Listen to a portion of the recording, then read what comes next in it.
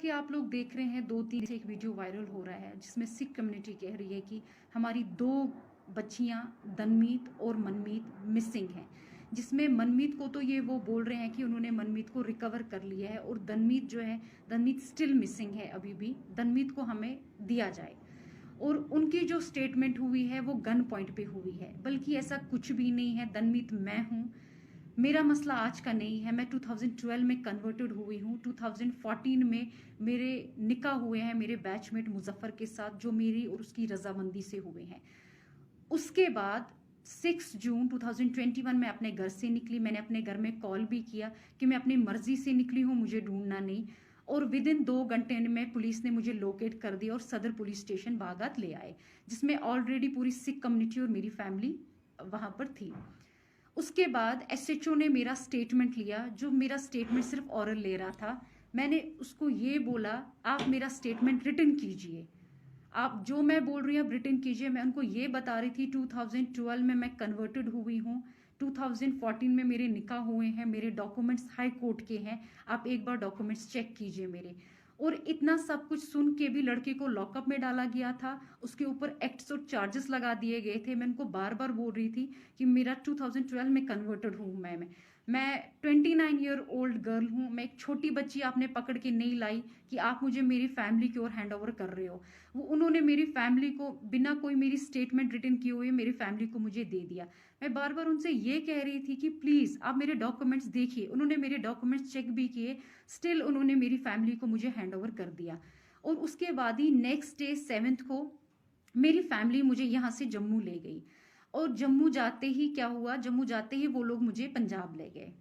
पंजाब में मेरे को अलग अलग फेडरेशंस मिलने आ रहे थे, वो मेरे को ब्रेन वॉश कर रहे थे। वो वहां पर मेरे को ये समझा रहे थे कि आप जो स्टेटमेंट है वो अगेंस्ट देना, लड़के के फेवर में नहीं देना। मैं वहां पर भी सबको यही बोल रही थी कि लड़के ने मेरे को कोई किडनैप नहीं किया है, मैं अपनी मर्जी से आई हुई हूँ। हमारे पास हाई कोर्ट के डॉक्यूमेंट्स है, आप वो देख सकते हो। लड़के के ऊपर जो भी एक्ट्स लगे हैं वो बेसलेस हैं, फॉल्स हैं, क्योंकि ये सब मेरी रजामंदी से हुआ है। हमारे जो डॉक्यूमेंट्स है वो हाई कोर्ट के डॉक्यूमेंट्स हैं।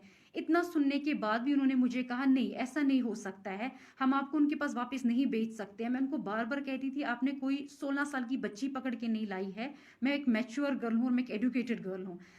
इतना सुनने के बाद भी वो मुझे यही थ्रेटनिंग दे रहे थे कि अगर आपने ऐसा स्टेटमेंट वहां पर दे दिया जो स्टेटमेंट लड़के के फेवर में होगा, तो हमारे शूटर्स वहां पर बाहर आपका वेट कर रहे होंगे, आपको निकलते ही शूट कर दिया जाएगा, या तो वैसा नहीं अगर हम करेंगे एसिड अटैक तो आप पे हो जाएगा, या हम उनकी फैमिली पे एसिड अटैक कर देंगे।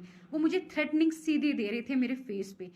उसके बावजूद भी मैंने उनको कोई वीडियो नहीं दिया। वो मुझे कह रहे थे आप हमें अपना वीडियो दीजिए, वो वीडियो हम कश्मीर में दे देंगे, कश्मीर का जज उस वीडियो पे अपनी जजमेंट दे देगा।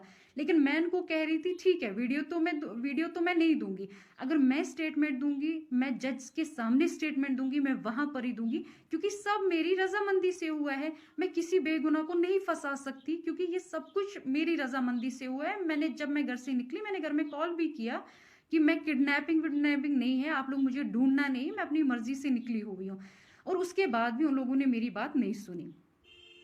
तो हम जम्मू आ गए, क्योंकि उनका जो प्लान था, जो उनका नेक्स्ट प्रोपागंडा वहां पर ये था कि लड़की को गोल्डन टेम्पल से बाहर निकालो, लड़की जैसे ही बाहर निकलती है हम इस पे कोई अटैक कर देंगे।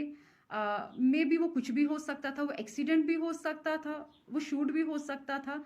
तो उसके बाद हम एक पोस्टमार्टम रिपोर्ट देंगे, जिस पोस्टमार्टम रिपोर्ट में हम ये मेंशन करेंगे कि ये एक सडन डेथ हुआ है, इस लड़की का हार्ट कोलैप्स हो गया है या इसको ब्रेन हेमेज हो गया है।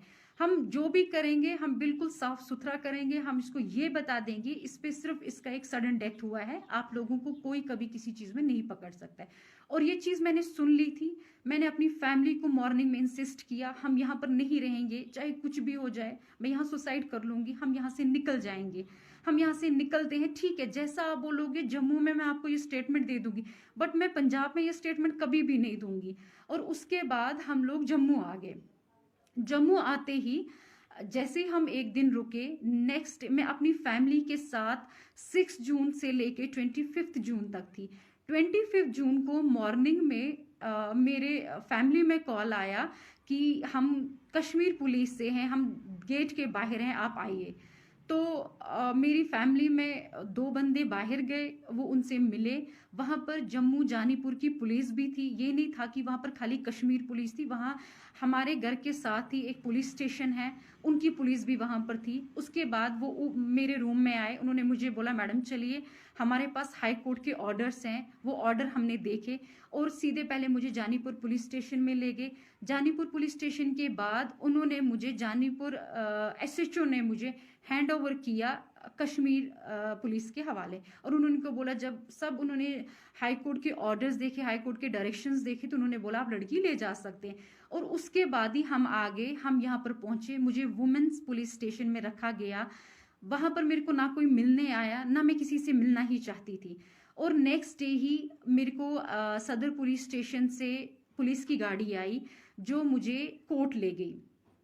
और आप सब एजुकेटेड हैं, मैं खुद भी एजुकेटेड हूं, आपको पता है कोर्ट में कोई किसी को गन पॉइंट पे कभी उसकी स्टेटमेंट नहीं ले सकता। अगर ऐसी चीजें होने लगी फिर कोर्ट पे भी तो कभी हम यकीन नहीं कर सकते हैं ना, क्योंकि ये सब तो आपको पता ही है, कोर्ट पे कोई किसी को गन पॉइंट पे नहीं रख सकता है। और मेरे को जैसे जम्मू में लाया गया, मैं तो किसी से भी नहीं मिली, मेरे को तो वुमेन्स पुलिस स्टेशन में रखा गया। उसके बाद ही सुबह स्क्वाड आई, किसी को नहीं पता था कि मेरी हेयरिंग है, क्योंकि मेरी हेयरिंग ऑलरेडी 3 बार डिले हो गई थी, क्योंकि तीनों बार 6 से लेके 25 तक हम आउट ऑफ स्टेशन थे, हम जम्मू, हम पंजाब में थे। मेरी जो हेयरिंग है वो मिस होती गई। हाई कोर्ट के डायरेक्शन से मुझे यहाँ पर बुलाया गया, मुझे कोर्ट तक पहुंचाया गया। कोर्ट में जज साहिबा के सामने मैंने अपनी स्टेटमेंट दी, जिसमें मैंने उनको ये बताया है कि ये सब मेरी रजामंदी से हुआ है। मैं 2012 में कन्वर्टेड हूँ, 2014 में मेरे निकाह हुए हैं मेरे बैचमेट के साथ। उसके ऊपर जितने भी एक्ट्स एलिगेशंस हैं वो बेसलेस हैं, वो फॉल्स हैं, और उन्होंने मेरी स्टेटमेंट सारी रिटर्न रिकॉर्ड कर दी। तो आप सब भी ये जानते हैं कि अगर जज के सामने भी कोई किसी को गन पॉइंट पे रख सकता है तो हम तो किसी पे यकीन नहीं कर सकते हैं।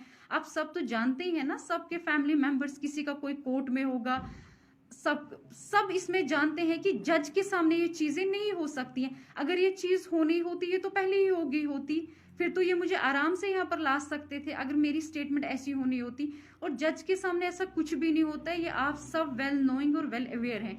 और मैं एक एजुकेटेड गर्ल हूँ, मेरे को पता है मेरे राइट्स क्या हैं क्या नहीं है। सो प्लीज आप इसको एक रिलीजन का मसला मत बनाइए, एक पॉलिटिकल इशू मत बनाइए, एक माइनॉरिटी किस्सा मत बनाइए, क्योंकि जो चीज अपनी रजामंदी से होती है इसको माइनॉरिटी में मत लाइए।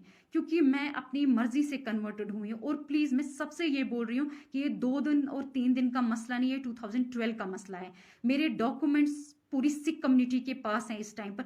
मुझे समझ नहीं आ रहा है वो ये क्यों बोल रहे हैं गन पॉइंट पे रखा गया है। हम कोई छोटे बच्चे नहीं है, मैं कोई छोटी बच्ची नहीं हूँ, मैं 28 ईयर्स ओल्ड गर्ल हूँ।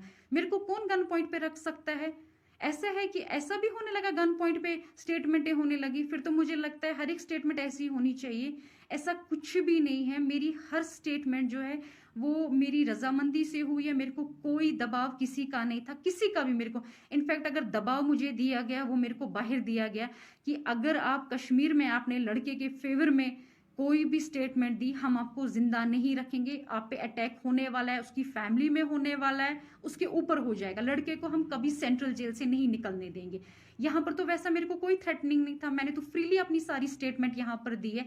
और प्लीज मैं आप सबसे ये बात बोलती हूँ, इसको प्लीज रिलीजन को बीच में मत लाइए, माइनॉरिटी को कम से कम बीच में मत लाइए, क्योंकि ये माइनॉरिटी का किस्सा नहीं। आप लोग प्रोपेगेंडा बना रहे हो, माइनॉरिटी में ऐसा हो रहा है वैसा हो रहा है, ऐसा कुछ भी नहीं है। मेरे को अपने राइट्स पता है, मेरे राइट्स क्या हैं। सो प्लीज आप ये चीजें मत इसमें कीजिए, माइनॉरिटी को बीच में मत कम से कम लाइए कि माइनॉरिटी को देके हमारी बच्चियों के साथ ऐसा हो रहा है वैसा हो रहा है। क्योंकि बच्चियां बच्ची नहीं है, जो बच्ची 28 ईयर्स ओल्ड गर्ल है उसको तो सुप्रीम कोर्ट के ऑर्डर्स हैं, वो अपने राइट्स खुद चुन सकती है। Right to religion, right to marriage, ये तो आप सब नोएंगे इस बारे में।